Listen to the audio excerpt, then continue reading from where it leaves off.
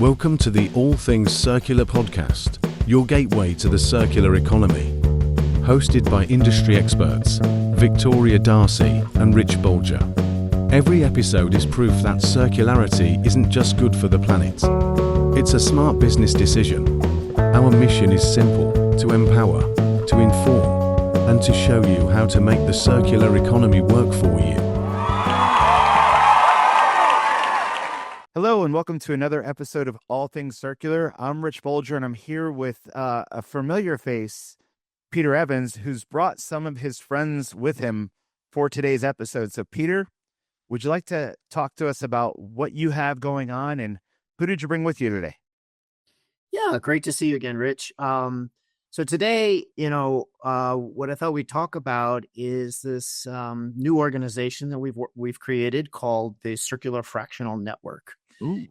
Big words, but essentially what it is bringing together is a group of senior executives that have experience in circular that are available for companies that are interested in gaining expertise and driving initiatives in their organizations, but may not have the budget or aren't quite committed yet to building a full-fledged team, and they want to get going or launch a new initiative. And so a fractional network or a fractional talent is a good way to execute on that.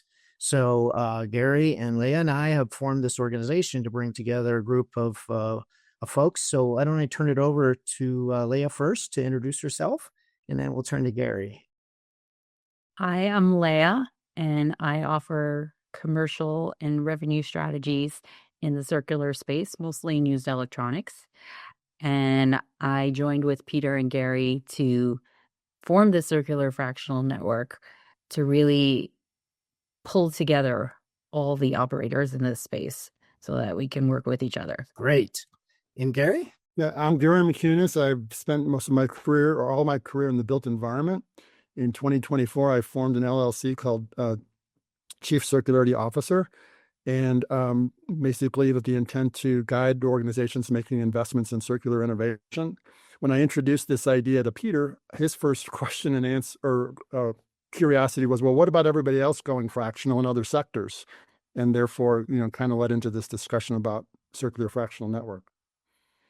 Well, great. Gary, you mentioned some words that really make my antennas go up because I am one. What is a Chief Circularity Officer? Well, I think the ones I know, which are few but growing, including yourself, Rich, are basically senior level officers working with a C-suite on reconsidering an entire business model in a shift from linear to circular. And that it implies a lot of different things. But the way I explain linear is basically all the business practices of our industrial model that came out of modern times, with machine as the metaphor and efficiency as the focus, and really moving toward the metaphor of nature-based solutions and zero waste and material that keeps flowing in closed loop cycles, as opposed to being made, used, and dumped in landfills. You wrote a really good article and you interviewed a few folks on fractional Chief Circularity Officers. Just real quick, what is the difference between a common title that most companies have, a Chief Sustainability Officer, and a Chief Circularity Officer? Well, they're complementary, and that can definitely work together. But as we can discuss more from others' perspectives here, I think a sustainability officer is basically an enterprise-wide overseer of things that are more aspirational and have to do with risk and resilience and a whole lot of reporting, which most of them are drowning in right now. And circularity and circular economy is a much more specific model. And what I learned, especially in talking to you and others for that article, Rich, was the focus on the commercial value of what we have considered waste.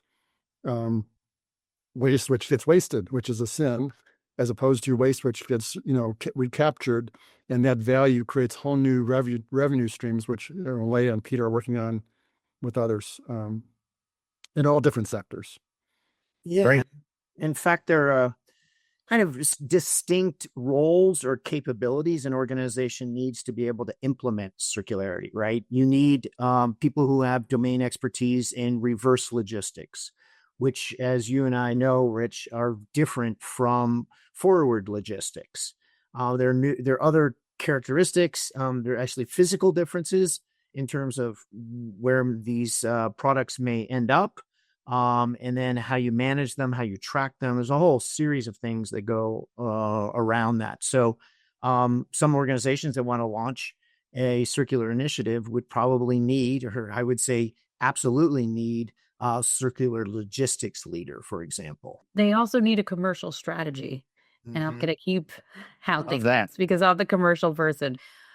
But the value of these devices, I say devices because I'm in electronics, but products in any way, shape, or form, these are not really products that companies and manufacturers had ever looked at as having any sort of value.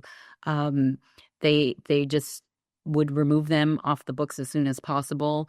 And if they didn't sell, they either got put on sale or they got thrown out some other way off the books. But putting them back on the books is also something that needs to be looked at and strategized about, because you're dealing with a finished product as opposed to raw materials.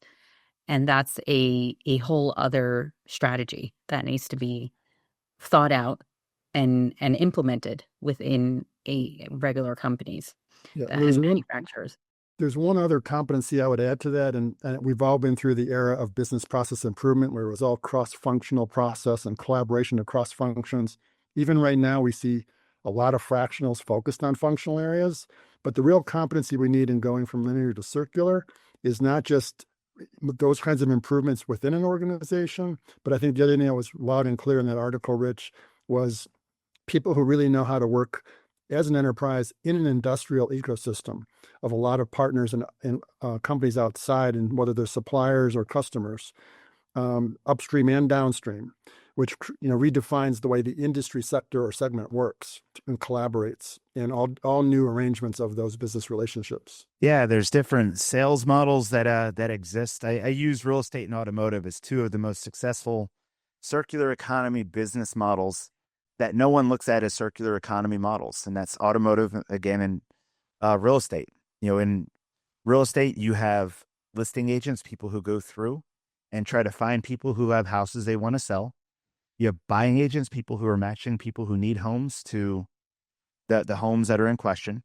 In automotive, you've got your used car dealership that needs to acquire at a low price, buy low, sell high.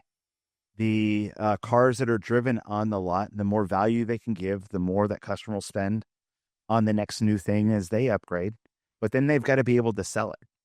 So I love the fact that a chief circularity officer has both environmental and economic type of responsibilities, because having someone that's not afraid to take on revenue projections, in addition to being able to understand the environmental mitigation aspects and craft a strategy and execute on both, is to me kind of what a fractional chief circularity officer is meant to be. But not a lot of people know how to do this. So when you all came up with this concept of the fractional circularity network, finding all these different pieces and parts, it's different. So we're talking about a lot of unique things. Gary, would you like to expand on anything else that's unique about the way that you're approaching this particular solution? Well, again, I think Peter mentioned earlier, there's roles coming up and business needs being identified. We would love to attract those businesses to the Circular Fractional Network as a resource for solving their needs, but also serving members. So it is kind of a double-sided equation, and we're not trying to be brokering those relationships. We're trying to make those connections to accelerate, circular economy as best we can. Yep.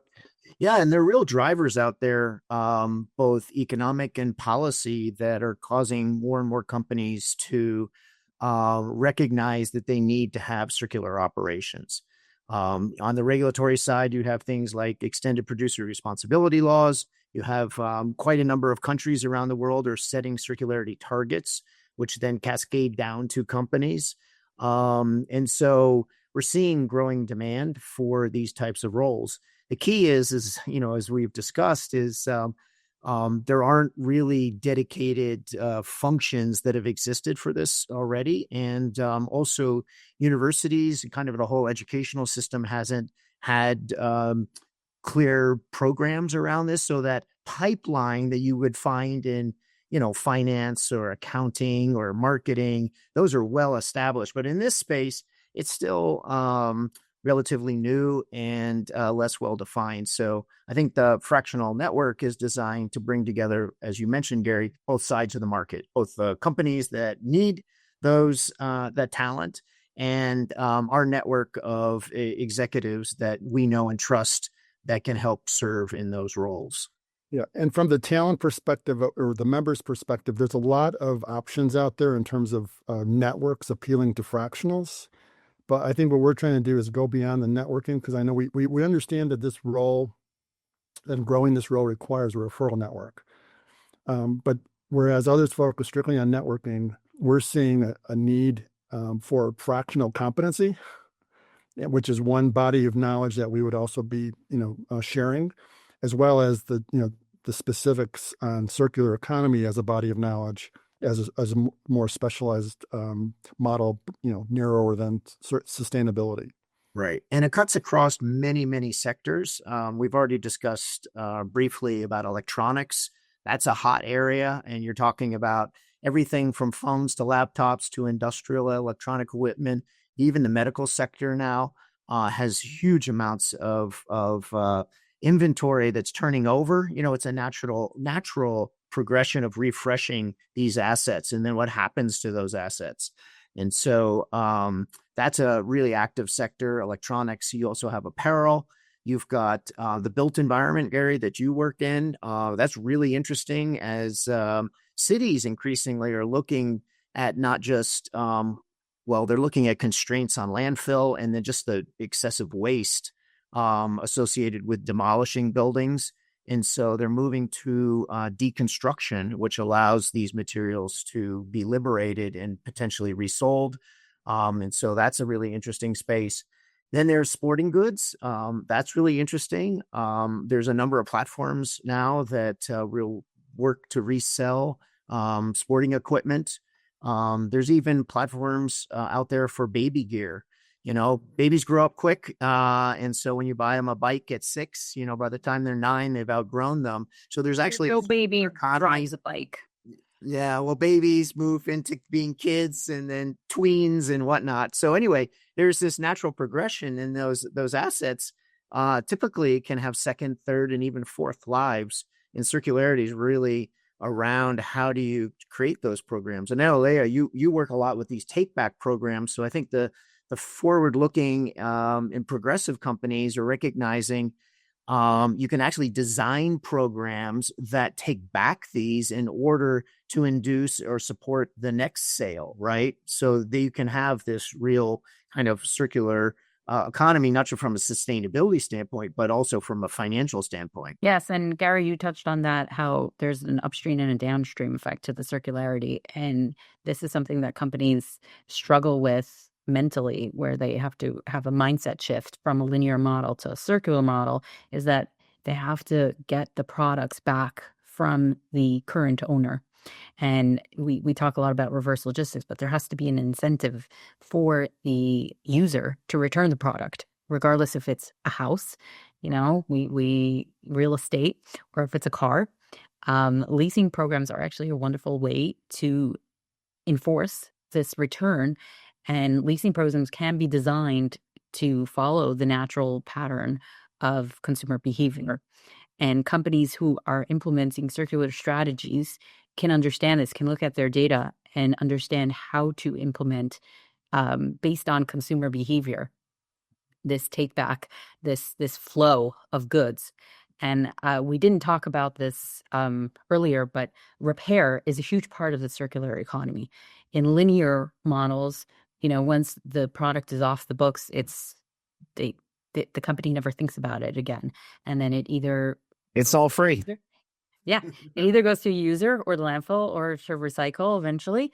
But in a circular economy, repair is a huge part of the circular economy, because the products that are coming back, some of them have been used, and if they can be repaired in a sustainable, not just sustainable, but efficient and optimal manner, there's a lot of value left. And when you have these systems in place, you can not just reuse, but you can also repair and then reuse. And shifting consumer behavior and manufacturing behavior into this model, the circular model, where everyone can understand, well, we can make more money this way, is really the goal of all of us in the circular economy.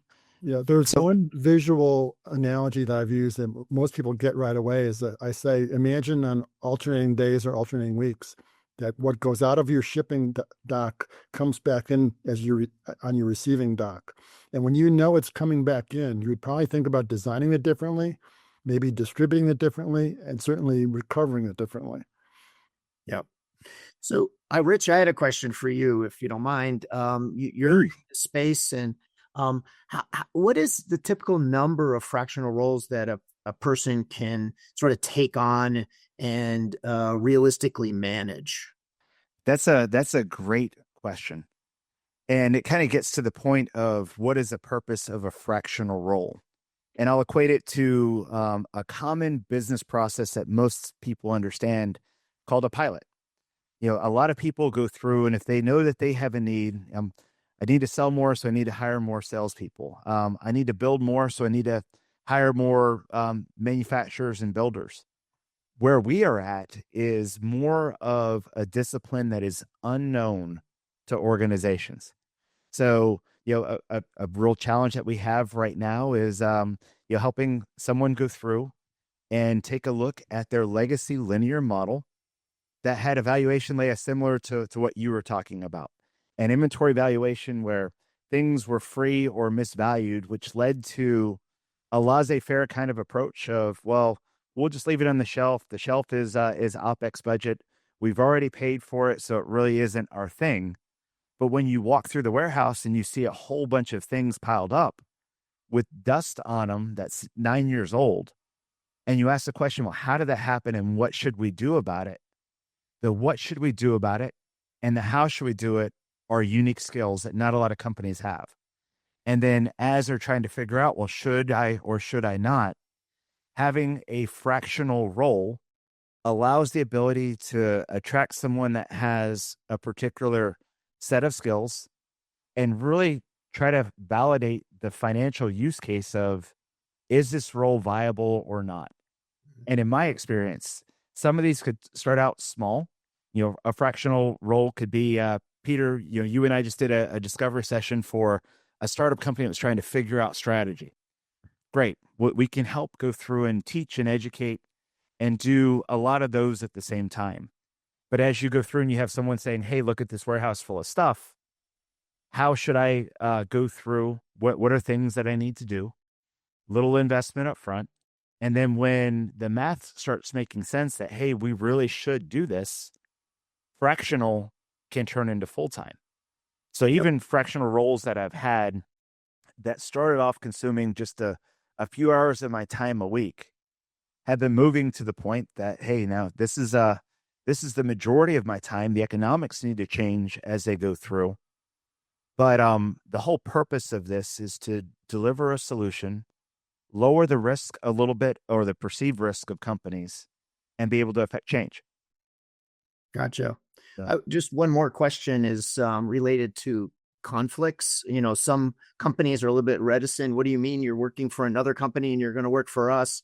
How do you create that confidence that there are firewalls and that there aren't overlaps? I actually find overlaps to be synergistic, and I can help a company even more if I'm doing other things that give me insights. I mean, that particularly in the strategy role, but just kind of curious of how to address any perception of conflicts. Yeah, that's a pretty common question. And one of the ways that I've addressed it, and we've addressed it through Capital Growth Partners, is we build swim lanes.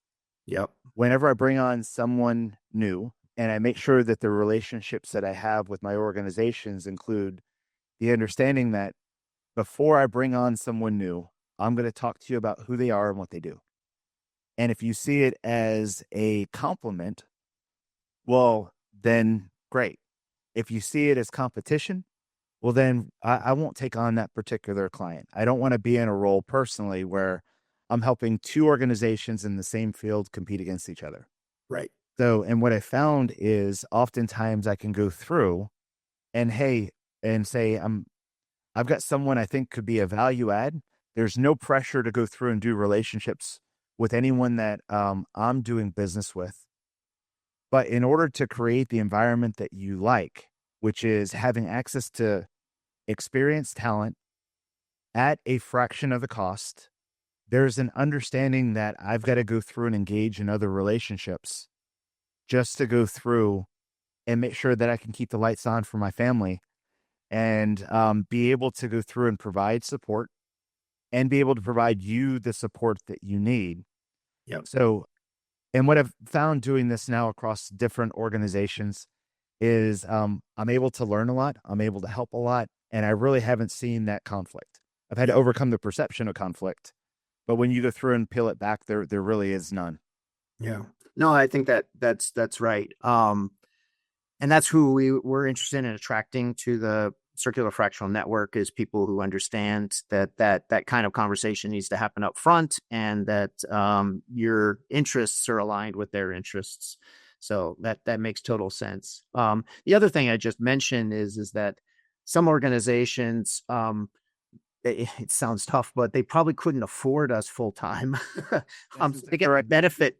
So they get the benefit of tremendous expertise, as you mentioned, at a lower cost than they would if they try to hire us as a full-time employee. So there's a lot of benefits that go around. As full-time employees, there's another dimension here, which is, fraction of cost is one thing, fraction of time is another. I think the reason this fractional is growing so much is a lot of people don't want to sell a fraction of their time being 100% of a traditional 40 or 50-hour week. A lot of people see fractional as a lifestyle where they want to work part-time and be embedded in an organization, but only work 3 or 4 days, or maybe varying the time seasonally. So it is a lifestyle as much as it is, a role in a company that needs. Well, the other thing is that as you gain experience, you often build up capabilities that are differentiated. So one of the frustrations I had when I joined KPMG is I was put in the innovation group, which was great. I liked that a lot, but I had years of experience in the energy sector and it wasn't utilized as well. I actually like fractional because I can parse out different kinds of capabilities I have to different organizations that or can benefit from that, versus a single role where they want you to do one thing and you're not using your full complement of capabilities in your networks that you've built up over time. So anyway, Leah, did you have a? Yes. I also wanted to add that I feel in fractional roles, I waste less time. In a company where there's 40, 50-hour work week, there is an expectation that you're going to fill that time. And often it's filled with productivity theater or just straight up corporate maneuvering. That doesn't exist in a fractional role. There's a limited amount of time, and the work that you're doing is actually more meaningful because you're getting paid almost on an hourly basis. And I like that better. So as a lifestyle, a fractional role to me is more attractive than a full-time role. Yeah, that actually brings up a good point, which is how do you structure remuneration? Is it on an hourly basis? Is it on a weekly basis, monthly basis? How do these get structured? In my experience, no two deals are the same. And really the most powerful words in a salesperson's vocabulary, and I think Leah and I share similar blood when it comes to that, is based upon what you told me, my recommendation is this, and here is why. And what I found going through and doing discovery sessions, because my particular process, we all have our own, is to go through and do a discovery session. How can you go through and get to know what people are looking for, and then assessing where are they at really? Like some companies that want just business dev, bring me new logos, bring me new accounts. When you go through and you pull back the onion, what are you selling? And are your capabilities where they need to be in order to attract the clients that you want? There are some elements that are part business development, but part product development, part strategy development. So some could be a project base. Hey, I want to fill out an RFP. It's this hourly rate or this project rate. Part could be a combination of hourly rate plus a success fee if a deal is earned. That could go through and lower the retainer benefit or the initial upfront cost. Some companies only have equity to offer. So it's all on the individual needs of the organization that you have. Like for a Fortune 50 company, they're not going to give you stock or equity, but they're willing to pay a lot more than a company that's trying to go through and figure out their strategy that has smaller pockets. And that might be the best way to attract the talent that they want in a fractional role. Yeah. And Rich, you mentioned this idea of first step or first phase being discovery. That's understanding the way the need is being expressed and making sure you're understanding that in the same terms, right? Everybody uses different language. But then on that understanding, there's a suggested approach as to how you propose to tackle that problem, what it's going to take in your resource or other, beyond your resources. And then there's the actual onboarding to get going. And when you're onboarding, most fractional roles are going to be based on some average daily rate for a number of days per week on average for a duration of so many months. And typically not less than 90 days, because in a fractional role, you're really responsible for outcomes, not just outputs as a consultant. So consultants produce a deliverable, they deliver recommendations. They're not responsible for implementing nor accountable for making sure those recommendations actually achieve those savings all the time. Mm-hmm. And if you're going to be held accountable for outcomes, it takes 3, 6, 12 months sometimes to do that. So again, that gets into the difference that consulting is very compatible as a lead-in to fractional, but a lot of fractionals never intend to go full-time with the company. They want to add value and then go on to other things or other sectors. Great. I love the term mutually assured success. If you can frame it right, there's benefits on the receiving end, there's benefits on the advisory end. But Leah, let me ask you this question, because in order to have a circular fractional network, you've got 2 sales jobs that you have to have. So I'm going to lean into my resident salesperson. You've got the need to go through and attract companies that are seeking fractional support. And you've got the need to go through and attract advisors who are looking to provide consultative or fractional type of support. So your elevator pitch to the supply side and your elevator pitch to the fractional consulting side. So the fractional consulting side is actually easier because typically those individuals are working on their own and they are looking for a network. They're looking for the support. They're looking for the camaraderie. It can get lonely. Having friends and advice to share is very attractive. So that's an easy sell on individuals who are available and want to join. And also monetarily, we don't charge a lot to join the network. So that's an easy sell. Come join us. You'll have friends. Everyone likes friends, and we'll help you in your business. On the other side, companies that are looking for fractional talent, our elevator pitches, we have the best. So come to us and we'll find you the ones that you need. It's difficult. Like we spoke about before, this is unique. It's new. It's undefined. And having a one-stop shop where you can kind of go through all the available fractional talent that's around in the circular economy, it'll save you time, and time is money in business. So that's our elevator pitch to companies. All right. Well, Peter, I'll put a different spin on that back to you. Because one of the things that I've learned in this space is with a lot of these projects, you can't do the projects alone.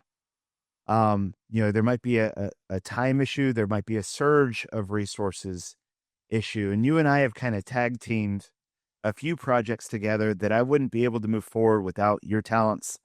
And I think vice versa. So Peter, would you mind giving your opinion on complements in this space and how the Circular Fractional Network can help people find the resources they need for the projects they're trying to deliver on for their clients? Yeah, I mean, I mean, ultimately, it's a repository, a pool of talent, right? And question is understanding that talent. You got to know these people, understand what they're good at, what their experience has been, and the whole goal is to be able to have confidence in recommending them to a company. And that it goes the other way as well. Not all companies are great to work for. They're disorganized. They have ambitions, but there's internal, whatever it is. And so it goes both ways. I don't want to recommend a company to somebody that I have a lot of confidence can execute, and that company isn't just ready to do it, or I've heard that they just aren't, on the ball, or they pay late or not at all, stuff like that. So it goes both ways. So I think the elevator pitch is to find, like you said, mutual advantage on both sides. And we're a curated platform. Not anybody can join. We have a process for onboarding and vetting folks. So we're hoping to become the trusted source so that when companies that are serious and are ready to execute, we can go to our network and find them, and vice versa. So that's the ultimate goal of this organization. And I think we've identified a gap. There are already existing networks for accounting, for finance, for marketing on a fractional basis, but there isn't on the circular side. But it's actually quite exciting because you get to meet a lot of people. I just talked to somebody yesterday who's in between roles and told them about the fractional network, and they were super excited about joining, and they have tremendous background. So those are the kind of people that we're looking to attract, and vice versa, the kind of companies that I call them frontier companies that are recognizing that circularity is a strategic way to create competitive advantage. And we'd love to help them execute on that. Great. Well, one of my favorite things to do at All Things Circular is to ask the friends that come on this podcast to help me go through and dispel common myths or things that people have in their head that are true, or may have been true even just a few years ago. But AI, ML, COVID, the economy shift, buying behaviors, all have changed. So what wasn't true yesterday may be true today. Gary, I'm going to start off with you, if you wouldn't mind. Is there a common myth that you've continuously heard that you'd like to take this opportunity to bust for us? Oh, the one I continuously hear about as I talk about circular economy, everybody always says, "Oh, you mean recycling?" And I go, well, let's talk about that, because once they understand linear versus circular, I explain that recycling is not a circular strategy. We need it. We created a world of things that are not designed to be recycled, or especially upcycled. Most recycling is downcycling, creating less value than the materials have achieved. So we created a world of linear products, and recycling is certainly helpful there.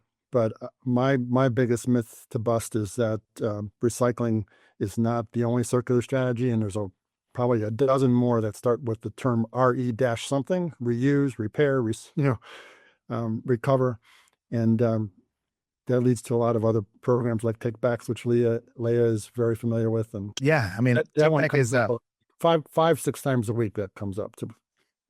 Absolutely. Every value generation outlet has what you can get, a value, and a velocity. How fast can you get it?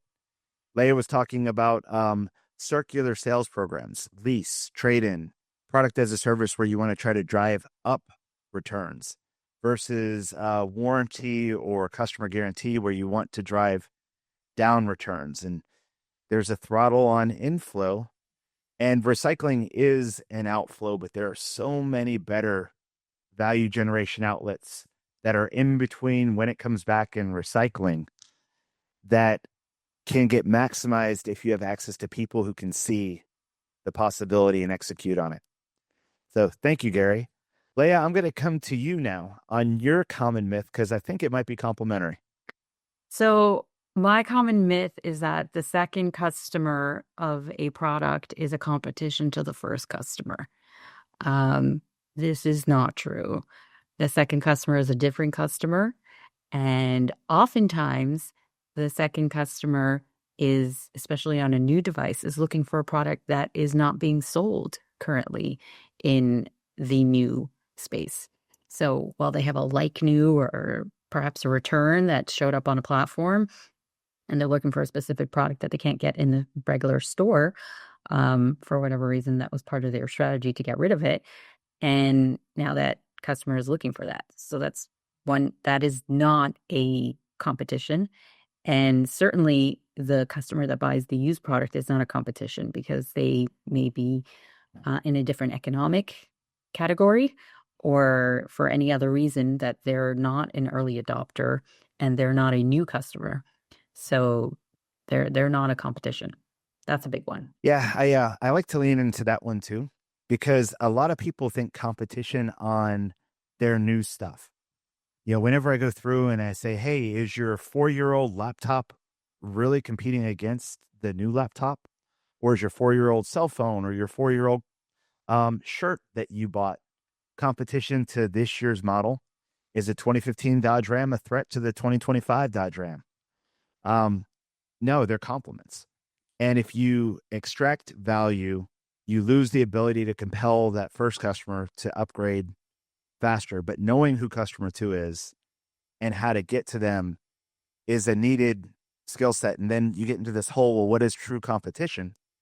It's when a product was bought and sold in the first new period and the customer said, hey, I don't want this thing anymore.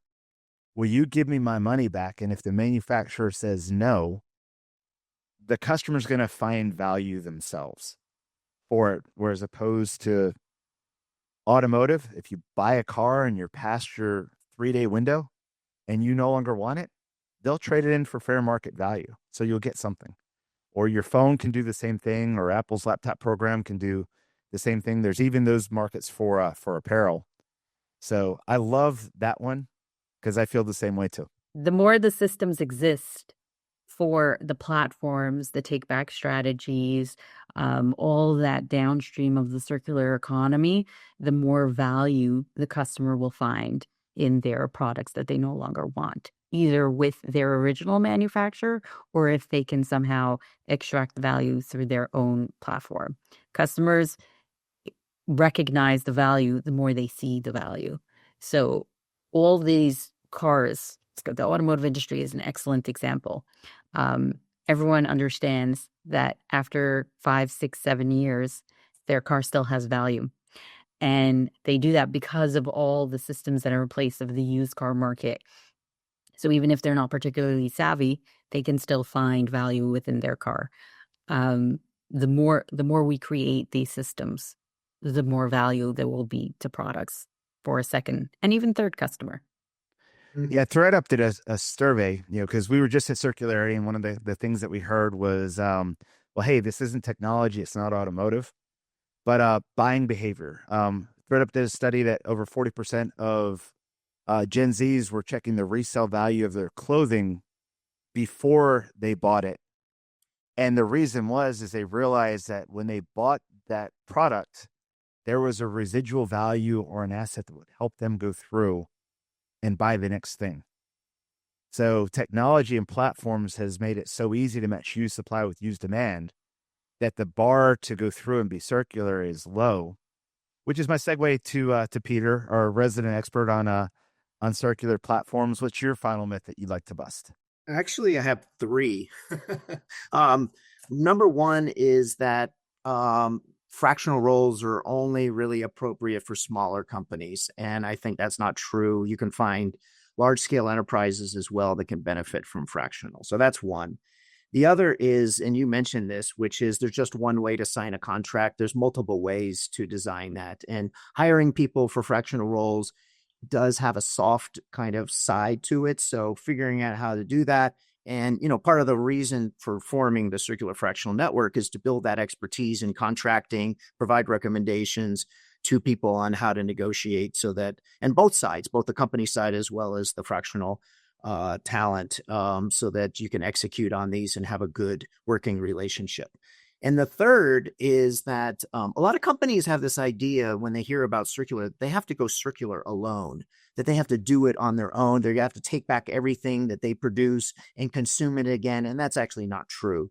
The circular economy is much broader than that. We're finding lots of interesting examples of where the output or waste, unused or unwanted materials of one company can be used in a completely different industry.